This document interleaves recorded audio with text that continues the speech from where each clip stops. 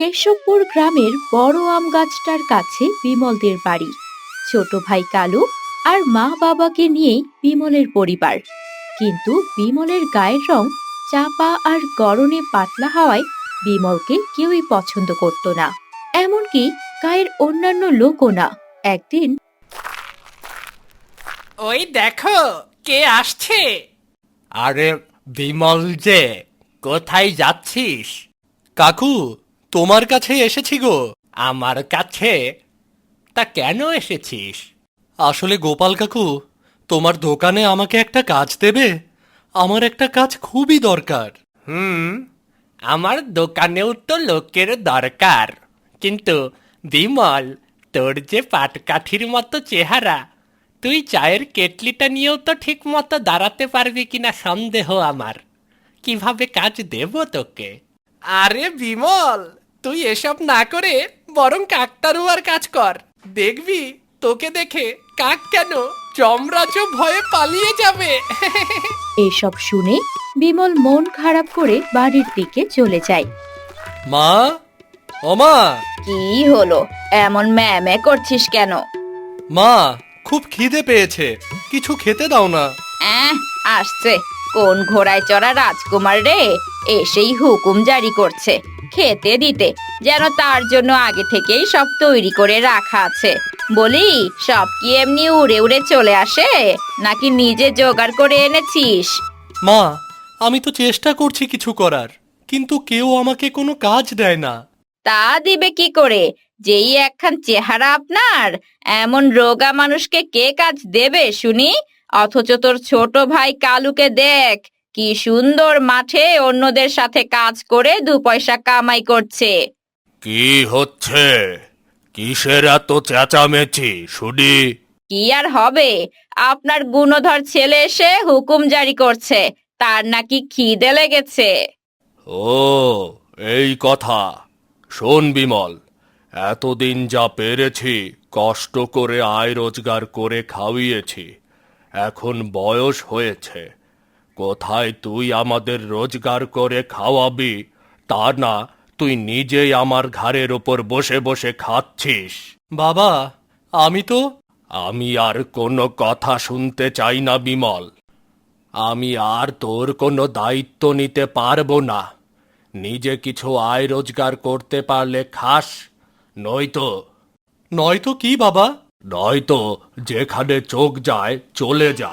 এরপর বিমলের মা বাবা ঘরে গিয়ে দরজা বন্ধ করে দেয়। বাবা, মা, তোমরা আমার সাথে এমন করো না।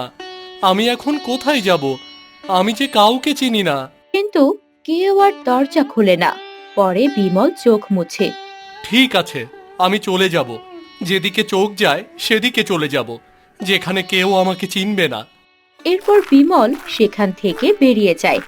মাঠ, ঘাট, পুকুর পেরিয়ে চলতে চলতে একসময় নিজের গ্রামকে পেছনে ফেলে আসে।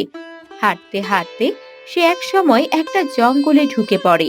তখন প্রায় সন্ধ্যা হয়ে গেছে। বিমল কিছুটা ভয় পেতে থাকে। হায় ভগবান, এ আমি কোথায় চলে এলাম? এটা তো একটা জঙ্গল।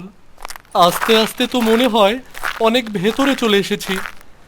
কোন দিক থেকে এসেছি এখন সেটাও তো বুঝতে পারছি না। সব দিক তো একই রকম লাগছে। এখন এখান থেকে কিভাবে বের হব?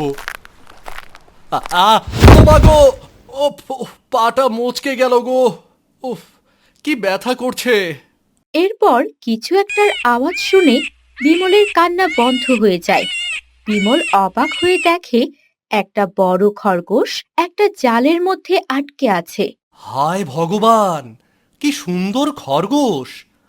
কিন্তু এই ঘন জঙ্গলে খরগোশটার জন্য ফাঁদ পাতল কে? যেই হোক, এই খরগোশটাকে ছাড়িয়ে দেই।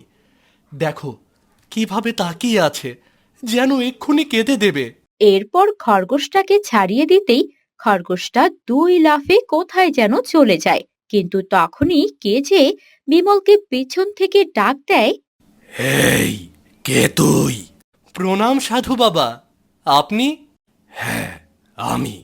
কেন, কোনো সন্দেহ আছে? না না সাধু বাবা, আমি বিমল।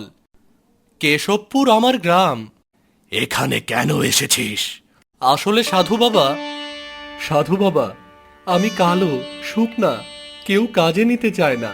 গ্রামের মানুষেরা আমাকে নিয়ে হাসি তামাশা করে, এমনকি আমার বাবা মা আমাকে বাড়ি থেকে তাড়িয়ে দিয়েছে আমি উপার্জন করতে পারি না বলে। কার এত বড় সাহস যে বিধাতার সৃষ্টিকে তুচ্ছ তাচ্ছিল্য করে? মানুষ সৃষ্টির সেরা জীব।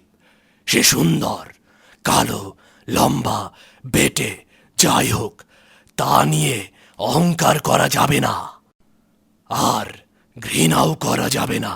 সে যাই হোক, তুই খরগোশটাকে ছাড়লি কেন? আসলে সাধু বাবা, খরগোশটা এখানে জালে আটকে ছিল, মনে হয় কোনো শিকারীর ফাঁদ ছিল।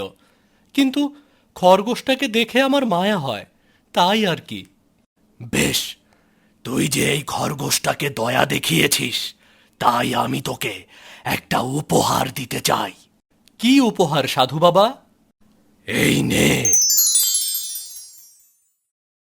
এই লাল গরুটা আজ থেকে তোর। মনে রাখবি, এই গরুর কিন্তু যত্ন নিতে হবে, কারণ যত্নেই রত্ন মেলে, বুঝলি? হায় হায়, সাধু বাবা যে চলে গেল, এখন আমি কোথায় যাব? বাড়ির রাস্তাও তো খুঁজে পাচ্ছি না।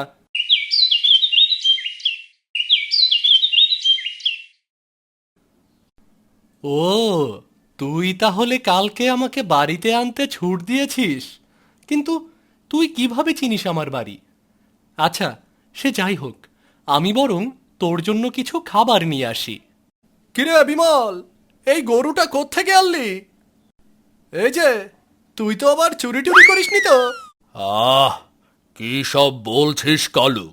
আর যাই হোক, বিমল যে চুরি করবে না সেটা আমরা সবাই জানি, কিন্তু কথা হচ্ছে গরুটা পেলি কোথায়? আর গরুটাকে দেখতেও সাধারণ গরু মনে হচ্ছে না, কেমন টকটকে লাল। এমন তো আমি বাপের জন্মেও দেখিনি। মা, বাবা, আমি সব বলছি, শোনো তবে।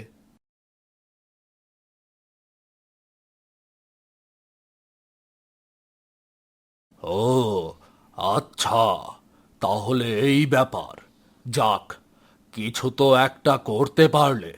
এবার দেখো গরুটার যত্ন আত্তি করে কিছু করতে পারো কিনা। আর হ্যাঁ, কালকের কথা মনে রেখো।